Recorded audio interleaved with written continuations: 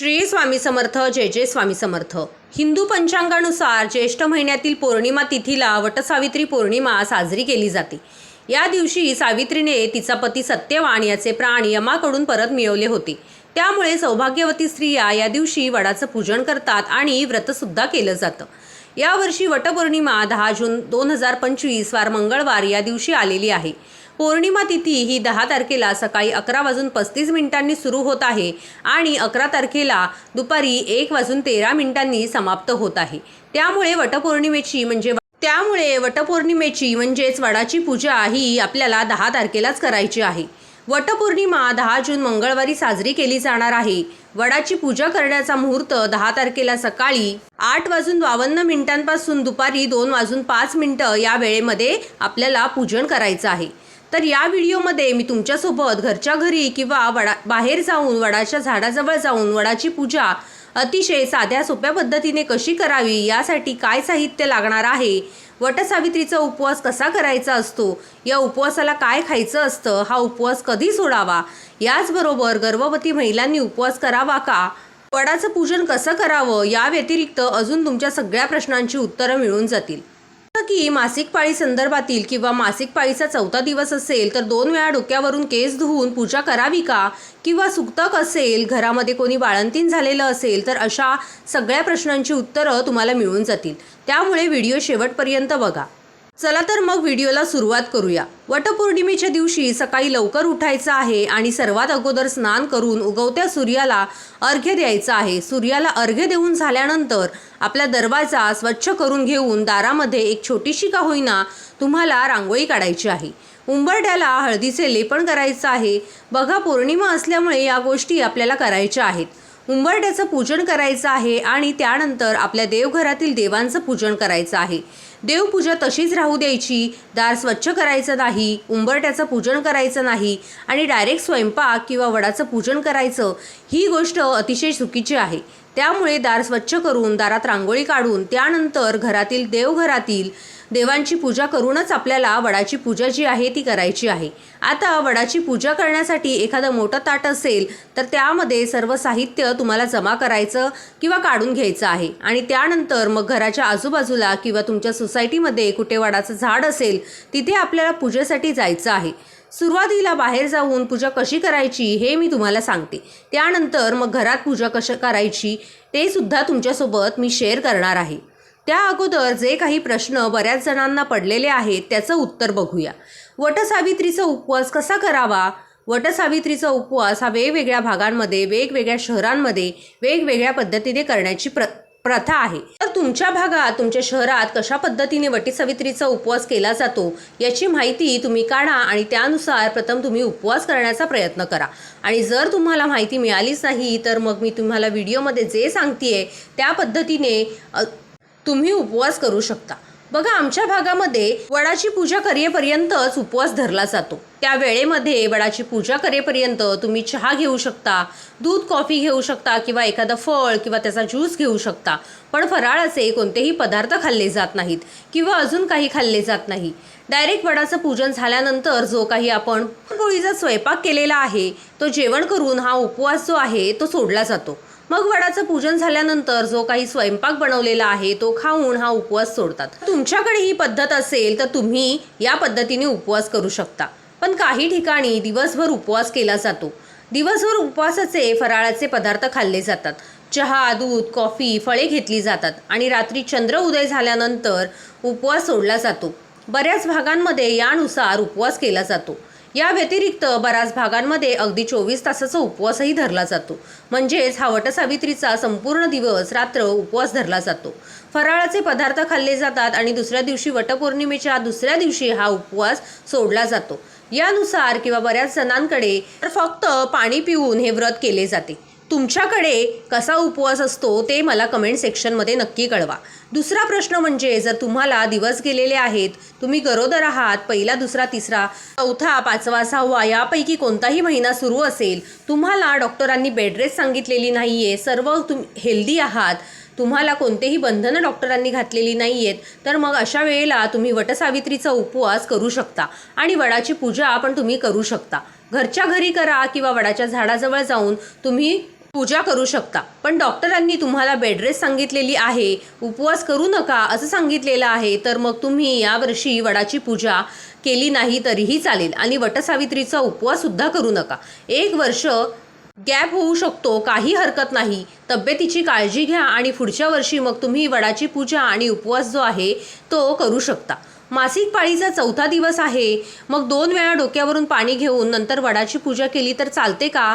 तर बघा, भलेही तुम्ही 2 वेळा किंवा 10 वेळा जरी डोक्यावरून पाणी घेतलं आणि जर 4थ्या दिवशी तुम्हाला ब्लिडिंग सुरू असेल तर तुम्ही पूजा करू शकत नाही. पण 4थ्या दिवशी तुम्हाला फ्लो जो आहे तो पूर्णपणे बंद असेल तर मग अशा वेळेला 2 वेळा डोक्यावरून अंघोळ करून मग तुम्ही वडाची पूजा केली तरीसुद्धा चालू शकतं. मासिक पाळीचा 1ला, 2रा, 3रा दिवस असेल किंवा 4था दिवस आहे, तुम्हाला फ्लो सुरू आहे, तर मग अशा वेळेला तुम्ही फक्त व्रत करायचं, म्हणजे वटसावित्रीचा उपवास तुम्ही करायचा, पण वडाचं पूजन तुम्ही करू शकत नाही. त्यातील इतर मंडळींनी जसं की सासूबाई असतील, तुमच्या जाऊबाई असतील, तर त्यांनी वडाचं पूजन केलं तरीही चालू शकतं, पण तुम्ही वडाची पूजा करू शकत नाही. बघा, बाहेर वडाच्या पूजेला जेव्हा आपण जातो तेव्हा एखाद्या ताटामध्ये सर्व साहित्य तुम्हाला घ्यायचं आहे. आता पूजा कशी करायची, याच्यासोबत काय काय साहित्य लागणार आहे ते मी तुम्हाला सांगते. बाहेर वडाच्या पूजेला जेव्हा आपण जातो तर तिथे गेल्यानंतर खाली बसायला एखादं आसन घ्यायचं आहे. तिथे असेल तर अतिशय उत्तम, पण बऱ्याच वेळेला आपण आपल्या घरातून घेऊन गेलो तर ठीक राहील. तर त्या आसनावर बसायचं. जो काही आपण दिवा घेऊन गेलेलो आहोत तो दिवा सुरुवातीला लावून घ्यायचा, कारण अग्निदेवतेच्या साक्षीने ज्या काही आपण गोष्टी करत असतो तर त्याचं पूर्ण पुण्यफळ जे आहे ते आपल्याला मिळत असतं आणि देवी देवता त्याचा स्वीकार करतात. अग्निदेवतेच्या साक्षीने जे काही आपण कार्य केलेलं आहे त्याचा म्हणून दिवा लावून घ्यायचा. त्यानंतर 2 विड्याची पानं आपल्याला ठेवायची आहेत. त्यावर थोडेसे गहू किंवा तांदूळ जे काही तुम्ही सोबत घेऊन गेलेले आहात ते थोडेसे ठेवायचे आणि त्यावर एक सुपारी ठेवायची आहे. ही सुपारी म्हणजे गणपती बाप्पा स्वरूप यांचं आपण सुरुवातीला पूजन करून घ्यायचं आहे. हळद कुंकू अर्पण करून घ्यायचं, त्यानंतर फुलं अर्पण करून घ्यायची आणि आंब्याचा किंवा तुम्ही साखर किंवा इतर कोणताही पदार्थ नेलेला असेल त्याचा नैवेद्य दाखवून नमस्कार करून त्यानंतर आपल्याला वडाचं पूजन करायचं आहे. वडाचं पूजन करण्यासाठी सुरुवातीला थोडंसं पाणी त्या वडाच्या झाडाच्या कुंड्याशी अर्पण करायचं आहे. त्यानंतर थोडंसं दूध अर्पण करायचं आणि परत थोडंसं स्वच्छ पाणी अर्पण करायचं. त्यानंतर वडाच्या झाडाला हळद कुंकू लावून घ्यायचं आहे. त्यानंतर तुम्ही हार आणलेला असेल तर तो घालून घ्यायचा किंवा जी काही फुलं आणलेली असतील तर ती फुलं अर्पण करून घ्यायची आहेत. कापसाची वस्त्रमाळ अर्पण करायची आणि त्यानंतर मग आपल्याला जो काही आपण धागा आणलेला आहे तो धागा जो आहे तो 7 वेळेला वडाच्या झाडाला आपल्याला गुंडाळून घ्यायचा आहे. पांढरा सुती धागा असतो तो 7 वेळेला घड्याळाच्या काट्याच्या दिशेने आपल्याला प्रदक्षिणा घालत ओढून घ्यायचा आहे आणि या धाग्याला शेवटी गाठ अजिबात बांधायची नाही. तुमच्याकडे रीळ जशीच्या तशी त्या झाडामध्ये अडकवून ठेवायची आहे, पण तिथे गाठ मारायची नाही. मग 7 वेळा धागा गुंडाळल्यानंतर वटसावित्रीची जी ओटी असते ती ओटी आपल्याला भरून घ्यायची आहे. त्यानंतर वटसावित्रीची कथा ऐकायची आहे किंवा सांगायची आहे. तिथे बऱ्याच जणी महिला ज्या असतात ती कथा वाचत असतात. कोणी तिथे वाचत असेल तर तुम्ही तिथे बसून ऐकली तरीसुद्धाही चालू शकते. तुम्ही वाचन करा, इतर महिलांनी ती ऐकली तरीसुद्धा चालते. ते वडाच्या झाडाखाली बसूनच वाचन करायचं आहे किंवा ऐकायची आहे.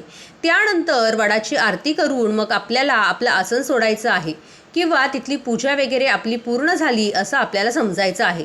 वडाची आरती जी आहे ती तुम्हाला यूट्यूबवरती किंवा गुगलवरती सुद्धा मिळून जाईल.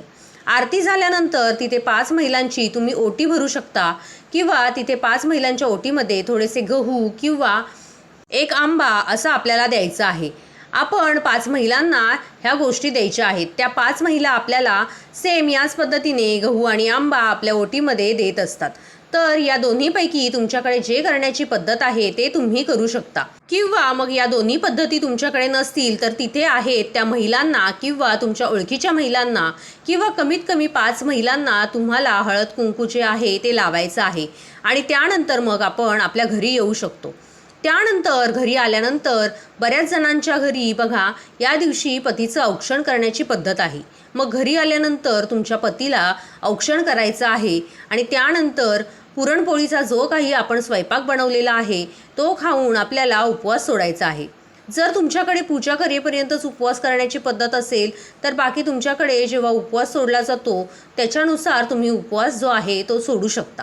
आता घरच्या घरी पूजा करायची असेल तर घराच्या आजूबाजूला कुठे नर्सरी असेल तर वटपौर्णिमेच्या अगोदरच एक वडाचं झाड तुम्ही खरेदी करून आणू शकता आणि त्याचं पूजन वटसावित्रीच्या दिवशी तुम्ही करू शकता। बरेच जण काय करतात की वडाच्या झाडाची फांदी तोडून आणतात आणि घरी ते एखाद्या कुंडीमध्ये लावून त्याचं पूजन करतात, पण हे पूर्णपणे चुकीचं आहे। कारण मी सुरुवातीला सांगितल्याप्रमाणे हे व्रत जे आहे ते आपण आपल्या पतीच्या दीर्घ आयुष्यासाठी करतो आणि तुम्ही जर त्या फांदीमध्ये जीवच नाही आहे, त्या फांदीमध्ये प्राणच नाही आहे, त्याचं पूर्ण पूजन करताय, अशा निर्जीव ज्याच्यामध्ये प्राणच नाही आहे त्याचा काहीही फायदा होणार नाही। तसेच बऱ्याच वेळेला बघा बोन्साई वडाचं झाड सुद्धा मिळतं, म्हणजे ज्याची वाढ खुंटवलेली असते। आपण आपल्या पतीच्या दीर्घ आयुष्यासाठी हे व्रत करतो आणि वाढ खुंटवलेल्या वडाचे पूजन करतो, तर हे पूर्णपणे चुकीचं आहे। तर बघा हेही तुम्ही करू नका।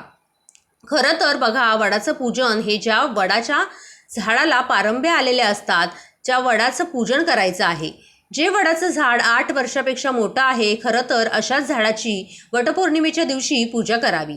पण हे शक्य नसेल तर किमान नर्सरीमधून एखादं वडाचं झाड आणून त्याचं पूजन करायचं आणि मग दुसऱ्या दिवशी किंवा तुम्हाला जेव्हा शक्य असेल तेव्हा तुमच्या घराच्या आजूबाजूला एखादं मंदिर असेल तर त्या मंदिराच्या परिसरामध्ये एखादा आश्रम असेल किंवा आजूबाजूला एखादं शेत असेल तर त्या शेतामध्ये तुम्हाला ते झाड लावायचं आहे।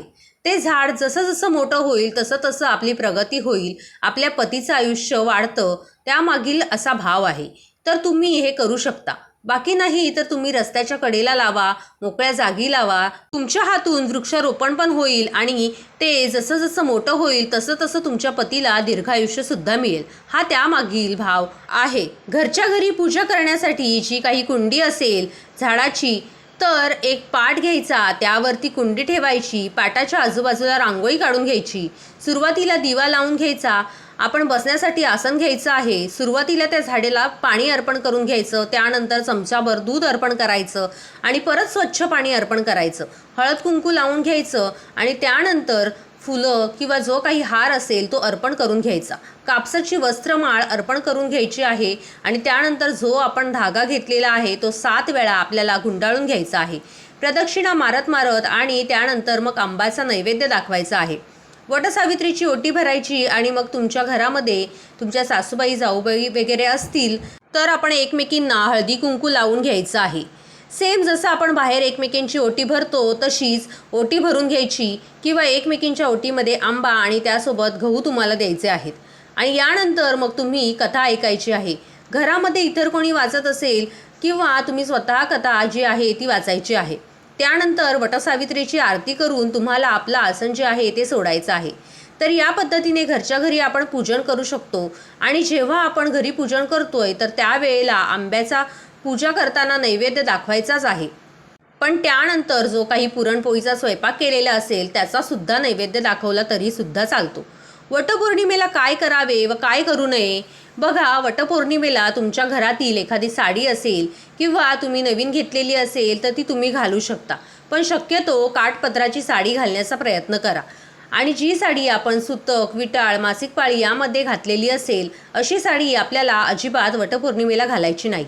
तसेच हातामध्ये बांगड्या, कपाळाला टिकली, केस बांधायचे, या छोट्या छोट्या गोष्टी, हातावर मेहंदी काढायची, नेलपेंट लावायची, या गोष्टी जरी आपण केल्या तरी सुद्धा पुरेसे आहे। म्हणजेच काय की हा अखंड सौभाग्याचा सण आहे, मग यासाठी जो काही साज शृंगार आहे तो या सणाला महिलांनी आवर्जून करावा।